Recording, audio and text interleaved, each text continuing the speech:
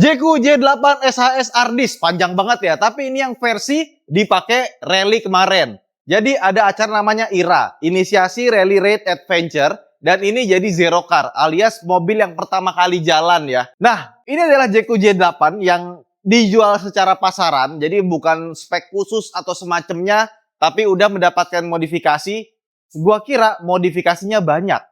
Ternyata modifikasinya tipis-tipis aja, karena emang bawaan mobilnya sepertinya sudah ini ya, sudah cukup mumpuni ya. Kemarin IMS, ini mobil dipajang, tiba-tiba udah sampai sini, dan seperti biasa, mobil dipakai off-road, dipakai rally, pasti ada aja rusaknya dong. Yes, tapi untungnya, di mobil ini yang rusak itu cuma bodi-bodi aja. Ingat nggak? Ada Porsche Cayenne ikutan rally di IRA, bempernya pada copot depan belakang. Mobil ini juga sama, bempernya sempet copot ya, ada videonya. Dan sekarang udah dipasang lagi. Cuma ada di kabel tis di sini ya. Sama di bagian pinggir kiri kanannya, itu dikasih lakban. Ya, biar nggak kebuka. Gue udah nanya ke Jeku, kenapa nggak diganti bemper baru aja? Jangan. Kalau diganti bemper baru, jadi kelihatannya kayak bukan mobil yang udah dipakai rally. Justru mau nunjukin mobil yang dipakai rally seperti ini. Ya kalian lihat Honda Jazz KDRT banyak banget kan lakbannya, selotipnya ya. Karena emang racing itu kejam. Meskipun kita nggak nabrak ya. Jadi apa aja modifikasinya kita mau bahas sambil kita nanti cuci ya. Jadi ini benar-benar dari IMS terus dicuci ala kadarnya aja ya. Di tempat cuci mobil biasa. Jadi kalau kita lihat masih banyak kotoran-kotorannya ya. Pertama modifikasinya di sini dibikin bracket ya. Dan ini modifikasi di Exitos ya. Makanya tulisan Exitos sama ada tulisan IRA di sini ya. Dan dikasih lampu ada banyak ya. Ini warnanya kuning kalau kita nyalain. Dan lampunya ini kalau kalian liatin ya, yang depan ini 2 biji itu ke depan, yang kanan kiri masing-masing 2 itu arahnya ke kiri, sama yang sebelah sini arahnya ke kanan. Jadi kalau misalkan malam-malam buat rally itu penerangan bisa lebih baik. Nah, ke depan gue pikir kalau mobil dipakai buat rally dia bakal pasang kayak Duotigo tuh kan. Duotigo depannya dikasih besi ya. Bawahnya dikasih underguard dari besi yang tebel gitu kan. Ternyata mobil ini enggak. Jadi lihat tuh. Underguardnya dicopot malah. Enggak ada pelindung sama sekali ya. Sama lihat tuh. Bagian depannya sini juga udah banyak baretnya. Ini radarnya bolong karena emang radarnya dicopot dari sananya, makanya ADAS-nya ini nggak fungsi kecuali yang lane keeping assist ya. Karena kalau lane keeping assist dia pakai kamera di atas. Nah terus pertanyaannya, satu hal yang gue penasaran sama mobil ini, lift kitnya pakai apa? Kan nih kalau kita lihat jadi tinggi banget ya. Apalagi pas parkir gitu, tinggi sekali. Kita nyetir juga tinggi sekali ya kan. Bannya juga gede ya. Ini dia pakai ban Goodyear Wrangler karena sponsornya Goodyear. Ukurannya 265/60R18. Peleknya, gue pikir ini pelek kaleng, ternyata bukan. Ini cuma desainnya kayak kaleng. 5x108 tuh agak susah. Bawaannya Jeku sama Cherry. Itu dipakai sama Jaguar, Land Rover, Peugeot, sama apa lagi coba? Kalau tahu coba komen di bawah ya. Ini kayaknya Rotiform deh, kayaknya ya. Correct me if I'm wrong. Nah, sama shock breaker, gue udah angkat gitu ya. Gue lihat ternyata shock breakernya, pernya semua sama, nggak ada bedanya. Ya, remnya juga sama, nggak ada bedanya. Dan ini velg juga, gue kira dia pakai spacer ya buat ganti PCD-nya, enggak. Ya, jadi semuanya kaki-kaki masih standar. Apa yang membuat mobil ini makin tinggi? Nah, jadi kita buka di sini ya. Wah, kotornya sampai ke atas ya. Wah, lumpurnya sampai ke sini. Ya, jadi waktu dipajang sama Jeku kemarin banyak ciprat-cipratannya di IMS ya. Itu beneran dipakai off-road ya. Kita buka lagi. Wah, kotor sekali. Jadi seperti itulah kurang lebihnya. Nanti kita akan cuci ya. Gue udah siapin mesin HL di situ. Nah, ini ada mounting shock ya. Kita buka dulu. Nah, lihat. Jadi kalau kita lihat, dia mounting shocknya itu yang tadinya harusnya nempel, dikasih dudukan lagi biar tinggi, kayak dikasih racer gitu. Dan yang bikin Exitos lagi. Memang kalau Exitos itu dia biasa ngurusin kaki-kaki ya. Dia bisa bikin arm sendiri, ya. Dia bisa bikin dudukan mounting dan kawan-kawan. Dan sebelum dipakai sama user, pasti dibawa jalan dulu, dites dulu. Ada yang masalah apa enggak? Ada bunyi-bunyi apa enggak? terus dilepas lagi, dicek ada yang retak atau enggak. Kalau misalkan bagus, semuanya dikembalikan lagi, baru dikasih ke konsumen. Dudukan shock itu dibikin sama Exitos. Kalau gua kasih perumpamaan nih ya, ini kan shock breaker nih. Tadinya kan dia nempel di sini, ya kan? Nah, biar dia lebih tinggi, shock breakernya diturunin lagi, di sini dikasih penyangga lagi nih. Biar dia lebih turun ke bawah shock breakernya. Begitu pula dengan belakangnya juga sama ya. Jadi kalau kita lihat nih, tuh, ya. Nah, di sini tuh didudukannya dikasih lagi nih sama si Exitos. Jadi kalau kita buka belakang, di sini pasti dudukan shocknya ditambahin lagi ya, biar dia jadi lebih tinggi. Jadi kalau misalkan kita mau modif mobil mau ditinggiin itu, bisa dengan cara seperti itu atau tambah lift kit ya. Tapi yang pasti ya, kalau kalian naingin seperti ini kan mobil pakai CV joint drive shaft ya, bukan pakai solid axle. Jangan terlalu tinggi karena kalau dia ayunnya makin panjang ya itu bisa patah ya. Tapi ini semua mobil masih aman. Buat buka bagasinya ada bekas coklat-coklat. Itu wing hooknya udah nempel. Dan ini juga bumpernya udah deformasi ya. Kayaknya ini pernah nyangkut di mana gitu, ketarik ke belakang. Lihat tuh bawahnya tuh.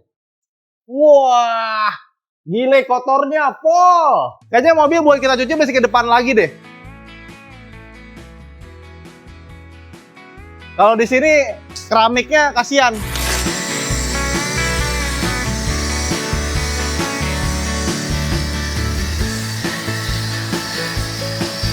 Sepertinya kalau kondisi kayak gini udah kita bersihkan, tapi ini semaksimalnya kita aja. Harus pakai sabun touchless sih yang bisa ngerontokin karena udah terlalu berkerak. Ini kan di IMS 10 hari. Bayangin kalau dari IMS sebelumnya dipakai buat off-road-off-roadan biar lebih keren gitu kan. Tapi nggak apa, nanti kita lanjut lagi pas kita udah beli sabun yang touchless ya.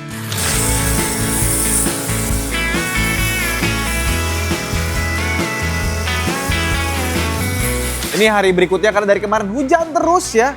Dan gue beli ini sabun Grass. Warnanya pink, cuma ini mahal, seliter sekitar 200 ribuan ya.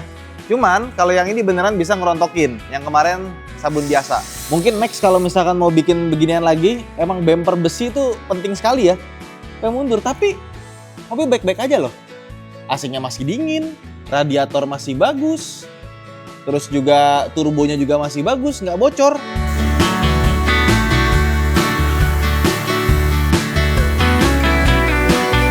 Lihat, bersih. Sini lihat nih.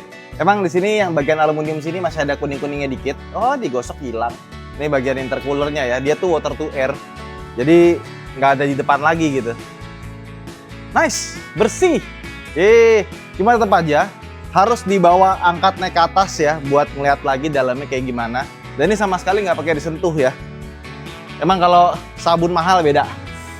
Udah lumayan bersih ya, cuma kalau untuk kolong kayaknya harus tetap kita bawa ke tempat ini nih yang bisa naik ke atas. Ini sebenarnya bisa ya, cuma udah lama nggak dipakai gitu. Gue takutnya udah nggak bagus ya. Ternyata bisa ya ngebersihin ini nggak pakai di gosok-gosok. Ya, oke, coba jalan ya. Bisa, nggak rusak. Kalau mobil baru nggak apa-apa. Kita semprot-semprot sih aman ya. Kalau mobil tua tuh biasanya suka karetnya pada renggang. Jadi kalau mau nyemprot itu pakai yang paling jangan yang tajam lah. Yang sama aki ditutupin. Nah, ini mobil seperti yang gue bilang tadi kan bempernya pernah copot. Jadi dia tuh ada beberapa voltage ya. Kalau kita lihat dia sensor parkir depan itu ada 4 biji, semuanya belum dicolokin ya. Ada ini buat lampu tombol di sini ya. Yang ini lampu kuning, lampu putih. Terus juga TPMS-nya itu nggak dipasang. Dan radarnya yang seperti gue bilang tadi kan nggak ada tuh. Ya makanya ada cruise control juga nggak bisa dipasang. Nah sama ini nih, dia punya dashcam. Tapi dashcam-nya itu lemnya udah agak ini ya. Coba Mat, kita pakai double tap kita nih. Oke. Yuk. Oke. Sudah beres semuanya ya. Ya Mat, jalan Mat. Sambil bisa pakai bensin, rasanya nggak ridho kalau kita isi bensin. Jadi ini mobil sebenarnya udah gue pakai tuh beberapa hari gitu ya. Hujan mulu dan ini sekarang jam 3 tuh lah tuh. udah mulai mau mendung lagi. Gua rasa sih ntar malam hujan lagi ya.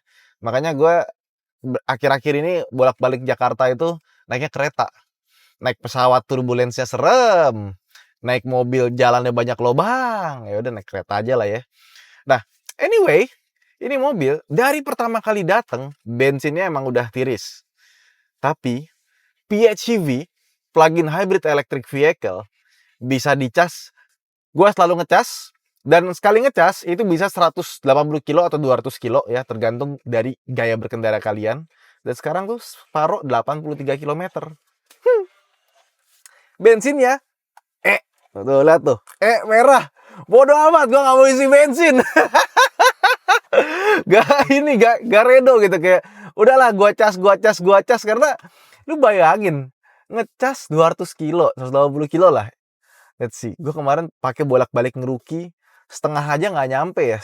Sekali jalan tuh dari sini ke Ngeruki 24 kilo ya. Jadi bolak-balik itu sekitar 50 ya 48 kilo lah, 50 kilo lah anggap.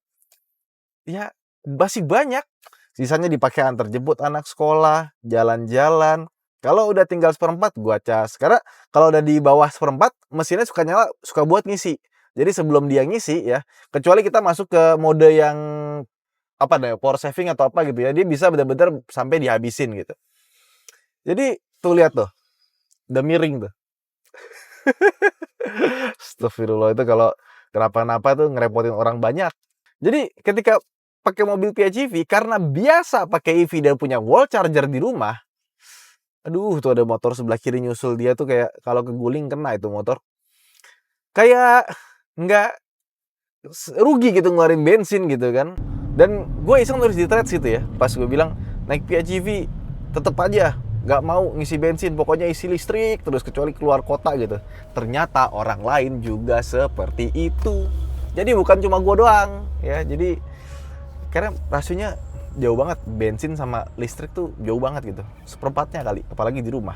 Ini ngomongin mobil ini lagi ya, karena mobil ini tuh agak beda sama mobil Jayco J8 kalau kalian beli langsung. Yang pertama, gue bilang kan bempernya pernah turun, pernah copot. Sensor parkir depan ada 4 biji, itu semuanya kayaknya nggak dipasang deh. Karena ini ada warning ya nih. Terus sama si TPMS-nya itu juga kayaknya waktu ganti ban, ganti pelek, itu juga nggak dipasang lagi. Jadi pas kita nyobain buka TPMS, dia langsung kosong semua. Kalau dipakai beberapa saat, tulisannya TPMS error.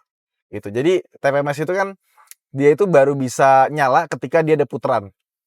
Dia itu pakai baterai di dalam ya, jadi pasti harus diganti. Ketika dia lagi berhenti, dia akan mati tuh TPMS. Pas dipakai jalan muter, nah dia akan otomatis nyala karena putaran tadi, baru dia connect ke mobil. Tapi sebenarnya bisa dipindah, jadi tinggal beli pentil yang khusus aja, ada dratnya buat TPMS gitu. Tapi ya itu sebenarnya bukan problem ya, karena tinggal dibalikin TPMS-nya udah beres lagi.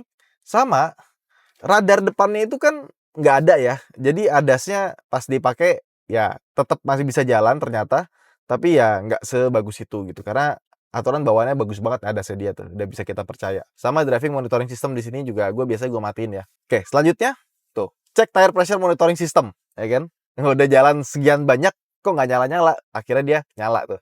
Terus kan mobilnya tambah tinggi ya, dan tambah tingginya signifikan gitu. Jadi pas kita naik itu berasa tuh tambah tingginya. Nah, pertanyaan gimana rasa berkendaranya? Mobil ini punya baut suspensi empuk, ya, tapi bisa diatur dampernya jadi comfort, normal, atau sport. Nah, awalnya gue tuh pakai pasti yang comfort, karena mau bagaimanapun gue akan pakai yang paling nyaman gitu ya. Tapi karena dia udah ditinggiin, rasanya itu enakan yang sport loh. Kalau yang comfort nih jalan lurus begini ya, kayak doyong-doyong kiri kanan. Ini kayak mobilnya tuh ketinggian gitu, dan suspensinya standar. Beda sama kita naikin mobil, tapi memang pakai lift kit. Jadi pernya sama shock absorbernya itu diganti sama yang lebih tinggi.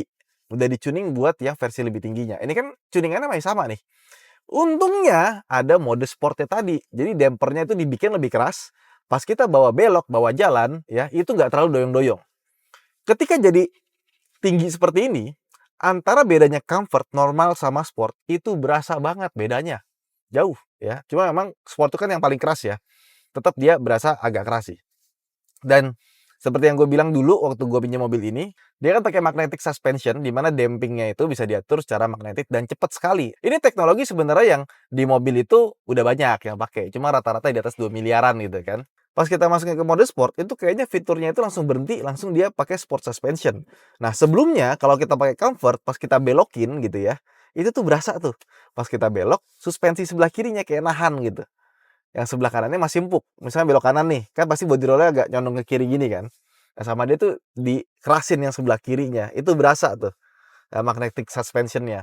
Tapi pas kita jadiin sport, itu kayak magnetic suspensionnya tuh langsung di setting mode yang paling keras. Jadi ketika lewatin jalan yang rusak, dia nggak otomatis pindah ke empuk. Tapi kalau misalnya kita versi yang comfort, empuk. Ketika kita lagi belok, ketika kita lagi kenceng, dia otomatis dia ngerasin. Dia ngebaca permukaannya tuh, kalau dari sport, dia nggak bisa jadi empuk. Tapi dari empuk, dari comfort, bisa jadi sport. Gitu, di beberapa titik jalan tertentu. Bagus sih, tapi beruntung lah.